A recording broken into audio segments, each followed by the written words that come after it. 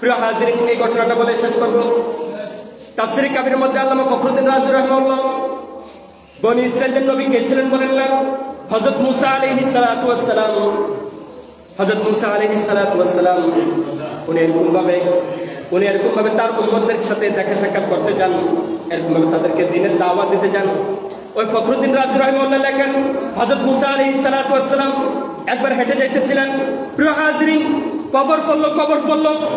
প্রিয় হাজিরিন, ওই কবরের মধ্যে দেখলেন আযাব হইতেছে। উনি এই আওয়াজগুলো পাইতেছিলেন। হযরত মূসা আলাইহিস সালাতু ওয়াস সালাম ওই আওয়াজগুলো পাইতেছিলেন। সাথে সাথে হযরত মূসা আলাইহিস সালাতু ওয়াস সালাম সামনের দিকে অগ্রসর হলেন।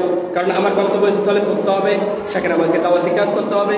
প্রিয় হাজিরিন, যখন দাওয়াতি কাজ শেষ করলেন, হযরত মূসা আলাইহিস সালাতু ওয়াস সালাম যখন ফেরার পথে সাথে দেখলেন ওই কবর আযাব, যে কবরে আযাব হইতেছিল ওই কবর আযাব প্রিয় হাজিরিন, হযরত মূসা আলাইহিস সালাতু ওয়াস সালাম কবরবাসীকে জিজ্ঞেস করলেন, ও কবরবাসী, আমি তো যাওয়ার সময় আমি দেখলাম যে এই কবরের মধ্যে আযাব হইতেছে, এখন তো এই কবরের মধ্যে আযাব হইতেছে না।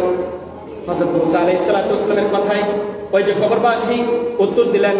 আল্লামা ফখরুদ্দীন রাজি রাহিমাহুল্লাহ এই তাফসীরে কাবীরের মধ্যে এই ঘটনাটা আনছেন।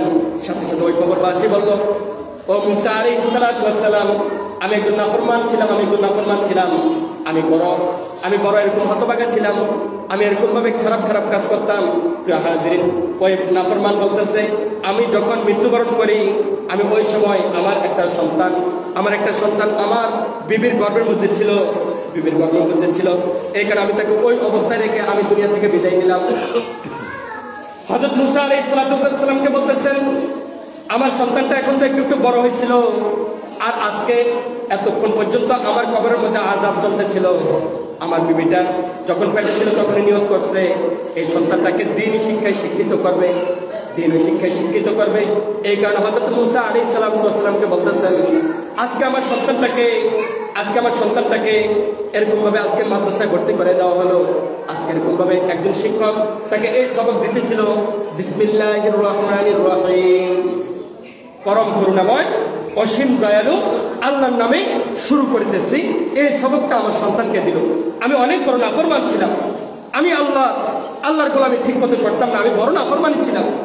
এই কারণে আমার সন্তানটা আজকে প্রথম সবক নিল। বলেন না, কি নিছে বলেন না? বিসমিল্লাহির রহমানির রহিম।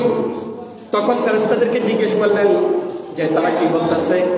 এখানে তো আপনার গুণগান চলতেছে, দুনিয়ার জমিনে আপনার গুণগান চলতেছে। এখানে বলতেছে রহমান, আপনি বলেন অনেক দয়াবান, আর রহিম, আপনি বলেন অনেক দয়াশীল। এই কারণে আপনার গুণগান চলতেছে। বান্দা তো ঠিক বলতেছে, বান্দার সন্তান তো ঠিক বলতেছে। এই প্রিয় হাজিরিন, সাথে আল্লাহ তাআলা হুকুম দিলেন যে ফেরেশতা, এই যে সন্তানের বাবা যে কিনা এত বড় নাফরমান, তার কবর আযাব চিরতরের জন্য বন্ধ করে দাও। একমাত্র কিসের কারণে বেঁচে গেল বলেন না? একমাত্র কিসের কারণে বাঁচছে? সন্তানের কারণে। কিসের কারণে বলেন না? সন্তানের কারণে। এত বড় নাফরমান সন্তানের কারণে বেঁচে গেছে। প্রিয় হাজিরিন, এই কারণে আমরা এই আয়াতের মেসেজ যদি হইতে চাই, আখিরাতের জন্য যদি চেষ্টা করতে চাই, এই কারণে আমি দুনিয়াতে হতভাগা অনেক গুনাহ করছি।